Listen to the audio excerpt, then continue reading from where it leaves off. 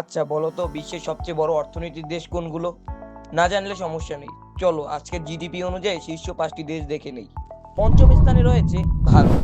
প্রযুক্তি ও সেবামূলক খাতের দ্রুত প্রবৃদ্ধির কারণে ভারতের জিডিপি এখন $3.7 ট্রিলিয়ন। চতুর্থ স্থানে আছে জাপান। অটোমোবাইল, রোবোটিক্স ও ইলেকট্রনিক্স বিশ্বসেরা। তাদের অর্থনীতি এখন $4.2 ট্রিলিয়ন।